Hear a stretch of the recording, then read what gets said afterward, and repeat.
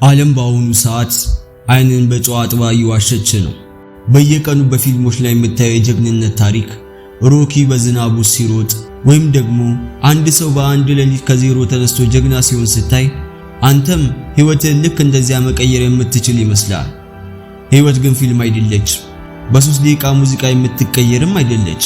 እውነታው ግን እጅግ አስደንጋጭ ነው።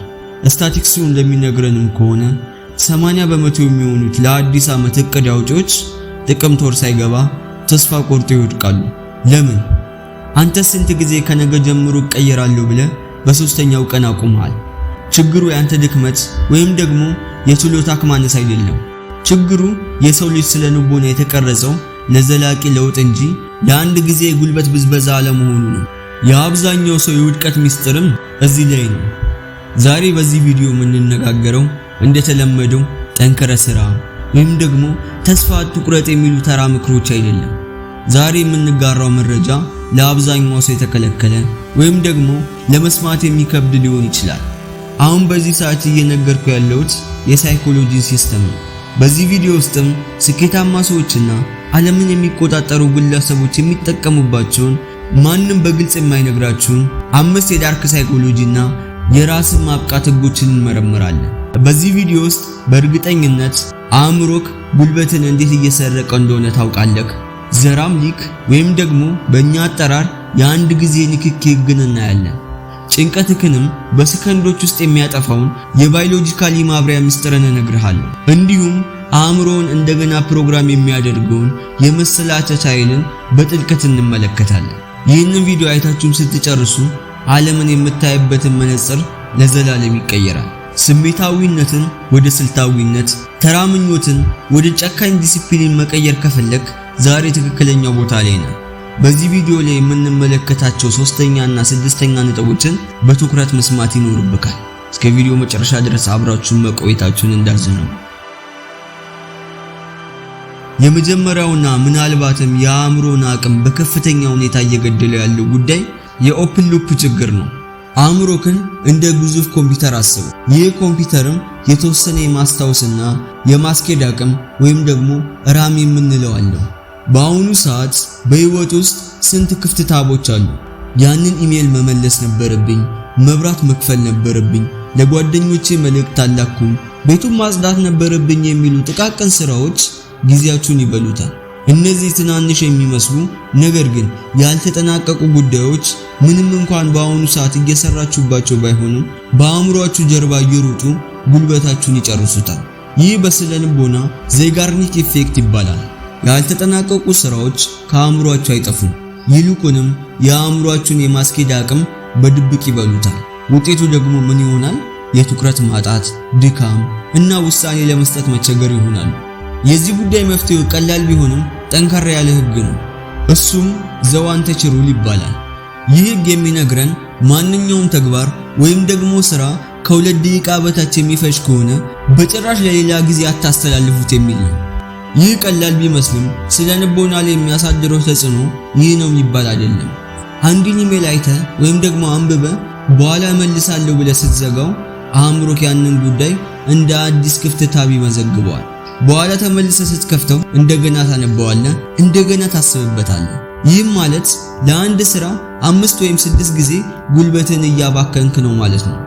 ነገር ግን ባየው ቅጽበት ምላሽ ብትሰጥ፣ ሳህኑን በተጠቀምክበት ቅጽበት ብታጥበው፣ አልጋን በተነሳበት ቅጽበት ብታነጥፈው የአእምሮክን ራስ ነፃ ታደርገዋለህ።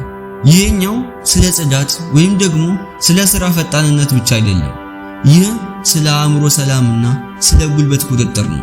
የአሸናፊዎች አእምሮ ንጹህ ነው፣ ምክንያቱም ትናንሽ ነገሮች በፍጹም እንዲጠራቀሙ አይፈቅዱም። ብዙ ሰዎች ቀኑን ሙሉ በድካምና በብሬን ፎግ ውስጥ ያልፋሉ። ቡና መጠጣት፣ እንቅልፍ መተኛት ወይም ደግሞ ምግብ መብላት ምንም ለውጥ አያመጣም። ለምን? ምክንያቱም የችግሩ ምንጭ የነርቭ ሲስተም አለመመጣጠን ስለሆነ ነው። አብዛኛው ሰው በውጥረትና በጭንቀት ውስጥ ነው ተቆልፎ የሚኖረው። በዚህ ሁኔታ ውስጥ ሆነ ምንም ያህል ብትጥር አእምሮክ በከፍተኛ ብቃት በፍጹም ማሰብ አይችልም። እዚህ ጋር ነው ዶክተር አንዱር ሁበርማን አንድ ነገር ያረጋግጡልን። ህፃናት ሲያለቅሱ አይታችሁ ታውቃላችሁ? ካለቀሱስ በኋላ ራሳቸውን ለማረጋጋት የሚተነፍሱበትን ልዩ መንገድ አስተውላችኋል? እነዚህ ህፃናት በተረበሹ ጊዜ የሚያደርጉት አንደኛው ነገር ሁለት ተከታታይ ወደ ውስጥ የሚደረጉ ትንፋሾችና አንድ ረጅም የትንፋሽ ማስወጣት ሲሆን ውሾችም በከባድ እንቅልፍ ውስጥ ሆነው ይህንኑ ያደርጉታል። ይህ ተራ አተነፋፈስ አይደለም። ይህ ባዮሎጂካል ማብሪያ ነው። እንዴት ነው የሚሰራው ካላችሁኝም ሁለት ጊዜ በአፍንጫችሁ አየር ትስባላችሁ። ሁለት ጊዜ በአፍንጫችሁ አየር ስትስቡ በሳምባችሁ ውስጥ የተዘጉ ትናንሽ የአየር ከረጢቶችን ትከፍታላችሁ። ከዚያም በረጅሙ አየር ስታስወጡ በሰውነታችሁ ውስጥ የተጠራቀመውን ካርቦን ዳይኦክሳይድ በከፍተኛ ፍጥነት ታስወግዱታላችሁ። ካርቦን ዳይኦክሳይድ የጭንቀትና የድካም ዋነኛው መንስኤ ነው። ይህን ለሁለት ወይም ለሶስት ጊዜ ብቻ ማድረግ የነርቭ ስርዓትን ከጭንቀት ወደ መረጋጋት በቅጽበት ይቀይረዋል። ከባድ ስብሰባ ከመጀመራችሁ በፊት፣ የምትፈሩትን ሰው ከማግኘታችሁ በፊት ወይም ደግሞ አእምሯችሁ ሲዘናጋ ይህንን መሳሪያ በቅጽበት ተጠቀሙት። ስሜታችሁን መቆጣጠር ካልቻላችሁ ሌላ ሰው ይቆጣጠራችኋል። ይህ የአተነፋፈስ ዘዴ በሰውነታችሁ ውስጥ ኦክሲጅንን በመሙላት አእምሯችሁን እንደገና ሪሴት ያደርገዋል።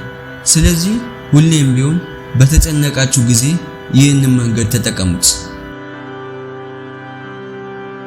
ሶስተኛ የመሰላቸትና የዶፓሚን ጦርነት። ዘመናዊው ዓለም የተቀረጸው የአንተን ትኩረት ለመስረቅ ነው። ስልክ፣ ማህበራዊ ሚዲያዎች፣ ዜናዎች ሁሉም የተሰሩት አንተን በሃይፕኖቲክ ሁኔታ ውስጥ ለማቆየት ነው። ቴስላ መኪናን እንደ ምሳሌ እንውሰድ። የኤሌክትሪክ መኪና ባትሪው ሲያልቅ የግድ ቆሞ ቻርጅ ማድረግ አለበት አይደል? የሰው ልጅም አእምሮ እንዲሁ ነው። ነገር ግን እኛ ምንድነው የምናደርገው? ባትሪያችን እያለቀ ሲመጣ እንኳን ስልካችንን እያየን ቲክቶክ እየጎረገርን ሙዚቃ እየሰማን አእምሯችንን በበለጠ መረጃ እናጨናንቀዋለን። ይህ ከመጠን በላይ መነቃቃት ይባላል። ይህ ከመጠን በላይ መነቃቃት ኦቨር ስቲሙሌሽን የምንለው ነው። አብዛኛው የሰው ልጅ ችግር የሚመነጨው ብቻውን በጸጥታ ከአእምሮ ጋር መቀመጥ አለመቻሉ ነው። እዚህ ጋር ነው የመሰላቸት ሰዓት የምንለው ጽንሰ ሐሳብ የሚገባው። መሰላቸት ለዘመናዊው ሰው እንደ ጠላት ይታያል። ነገር ግን በዳርክ ሳይኮሎጂ እይታ መሰላቸት ማለት ኃይል ነው። ለምን? ምክንያቱም አእምሮአችን ከውጫዊ ተጽዕኖዎች ነፃ ሲሆን ብቻ ነው የራሱን ድምጽ መስማት የሚጀምረው። ጭንቀት ወይም ደግሞ አንዛይቲ ማለት ብዙ ጊዜ በፍጥነት የሚሮጥ አእምሮ ነው። ስክሪን ታይም በቀን 6 ሰዓት ከሆነ፣ ኮፊ በብዛት የምትወስድ ከሆነና አንዴም እንኳን ሳታርፍ መረጃን የምትጋት ከሆነ ሰላምን ማጣት አይቀርም። ስለዚህ ከዛሬ ጀምሮ ሆን ብለህ መሰላቸትን ተለማመድ። ስልክህን አጥፋ፣ ዝም ብለህ ተቀመጥ። መጀመሪያ ላይ ከባድና የማይመች ሊሆን ይችላል። እንደ ሱሰኛ ሰው እጅ ስልክን ይፈልጋል። ነገር ግን ያንን ምቾት ማጣት ስታልፍ እውነተኛ የአእምሮ ረፍትና የፈጠራ ችሎታ ባንተ ውስጥ ይመጣል። ራስን ማወቅ የምትችለው የሌሎችን ድምጽ ማጥፋት ስትችል ብቻ ነው። ስለዚህ ከዛሬ ጀምሮ ከራስ ጋር ጊዜ ማሳለፍን ተለማመድ። አራተኛ የግብ ክፍፍልና የአሸናፊው ስሌት። ግቦችን የምታስቀምጥበት መንገድ ምናልባትም ለውድቀት ምክንያት ሊሆን ይችላል። አብዛኛው ሰው ግብ ሲያወጣ ሁሉንም ወይም ደግሞ ምንም በሚለው አስተሳሰብ ውስጥ ነው። 20 ኪሎ ቀነሳለሁ፣ 1 ሚሊዮን ብር እሰራለሁ ብሎ ራሱን ከፍታ ላይ ይሰቅላል። የዚህ ችግሩ ምን መሰላችሁ? ግቡ በጣም ሩቅ ስለሆነ አእምሮ ወደዚያ ለመድረስ ያለውን መንገድ እንደ ስቃይ ይቆጥረዋል። በየቀኑ የምትሰራው ስራ ከግብ ጋር ሲነጻጸር ኢምንት ስለሚመስለው እዚህ ጋር የምንጠቀመው የስነ ልቦና ዘዴ ቻንኪንግ ይባላል። ይህ ዘዴ የአእምሮ የሽልማት ስርዓትን መጥለፍ ነው። ግብህን ወደ ትናንሽና ሊደረስባቸው ወደሚችሉ ቁርጥራጮች መከፋፈል አለብህ። ለምሳሌ ዩቲዩብ ቻናል ስትጀምር ከመጀመሪያው ቀን 100,000 ሰብስክራይበር እገባለሁ ብለህ አታቅድ። የመጀመሪያው ግብ 1,000፣ ቀጥሎ ደግሞ 5,000፣ ከዚያም 10,000 እያለ ሂድ። በእነዚህ በእያንዳንዱ ድልክ ውስጥም አእምሮክ ዶፓሚንን ይለቃል። ይህ ዶፓሚን ለቀጣዩ እርምጃ እንደ ነዳጅ ያገለግልሃል። ትልቁን ተራራ በአንድ ጊዜ ለመውጣት ከመሞከር ይልቅ ደረጃዎቹን አንድ በአንድ ውጣቸው። ይህ ዘዴ አንተን ከሥራ ውጤት ይልቅ በሂደቱ እንድትደሰትና ሱስ እንዲይዝክ ያደርጋል። የአሸናፊዎች ሚስጥር ትልቁን ህልም ማየታቸው ሳይሆን ትልቁን ህልም ወደ ዕለታዊ ተፈጻሚ እርምጃዎች መቀየር መቻላቸው ነው። ስለዚህ ትልቁን ህልምህን ወደ ትናንሽ በመከፋፈል ዓላማ ላይ ድረስ። አምስተኛውና የመጨረሻው ህግ የእንቅስቃሴ ህግና የህይወት ጉልበት። ብዙ ጊዜ ችላ የሚባለው ግን ገዳይ የሆነው ነገር እንቅስቃሴ ነው። መቀመጥ አዲሱ ሲጋራ ማጨስ ነው የሚለው አባባል የተጋነነ አይደለም። ጥናቶች እንደሚያሳዩት በቀን 8 ሰዓት በላይ የሚቀመጡ ሰዎች ልክ እንደ አጫሶችና ከመጠን በላይ ውፍረት እንዳለባቸው ሰዎች ለበሽታ የተጋለጡ ናቸው ይለናል። እዚህ ጋር ጉዳዩ የጤና ብቻ አይደለም፣ የአእምሮ ብቃትም ጉዳይ ነው። ሰውነታችሁ ሲዘገይ አእምሮአችሁም ይዘገያል። ደም ወደ አእምሮአችሁ በበቂ ሁኔታ ካልደረሰ የማሰብ ችሎታችሁ ይቀንሳል። መፍትሄውም ጂም ገብተህ ለሰዓታት ክብደት ማንሳት ብቻ አይደለም። ቀለል ያሉ ግን ተከታታይ ያላቸውን እንቅስቃሴዎች በዕለት ተዕለት ህይወታችሁ ውስጥ ማስገባት ይኖርባችኋል። ለምሳሌ ስልክ ስታወሩ እየተንቀሳቀሳችሁ አውሩ። ሚኒ ትራምፖሊን ወይም ደግሞ በቀላሉ የእግር ጉዞ መውጣት በሰውነታችሁ ውስጥ ያለውን የሊምፋቲክ ሲስተምን በማነቃቃት መርዛማ ነገሮችን ያስወግዳል። እንቅስቃሴ የህይወት ምልክት ነው። እንቅስቃሴ ጉልበት ነው።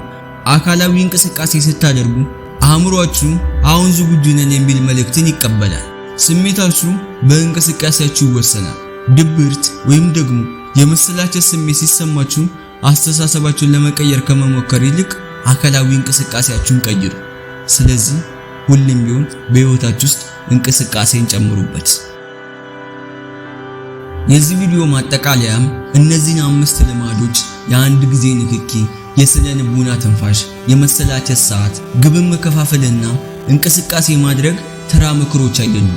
እነዚህ የስርዓት ለውጦች ወይም ደግሞ ሲስተም አፕዴት ናቸው። አብዛኛው ሰው በስሜታዊነት ይነሳል እና በስሜታዊነት ይወድቃል። አንተ ግን ከዚህ በኋላ በስሜት ሳይሆን በስርዓት ትመራለህ። የአእምሮህን ራም ጠብቅ። የነርቭ ስርዓትን ተቆጣጠር። የዶፓሚን ሱስን ስበር። ትልቁን ህልምህን ወደ ትናንሽ ድሎች ቀይር። እናም አካልን አንቀሳቅስ። ይህንን ቪዲዮ እስከዚህ ድረስ ካየክ አንተ ለየት ያለ የትኩረት አቅም አለ ማለት ነው። አብዛኛው ሰው ገና በመጀመሪያው ደቂቃ ቪዲዮን ለቆ ወጥቷል። ይህ የሚያሳየው ለአስቸጋሪ እውነትና ለትክክለኛው ለውጥ ዝግጁ መሆንን ነው። ዓለም የምትገዛው ስሜታቸውን በሚቆጣጠሩ፣ ትኩረታቸውን በማይበትኑና እቅዳቸውን ወደ ተግባር በሚቀይሩ ጥቂት ሰዎች ነው። ምርጫው ያንተ ነው።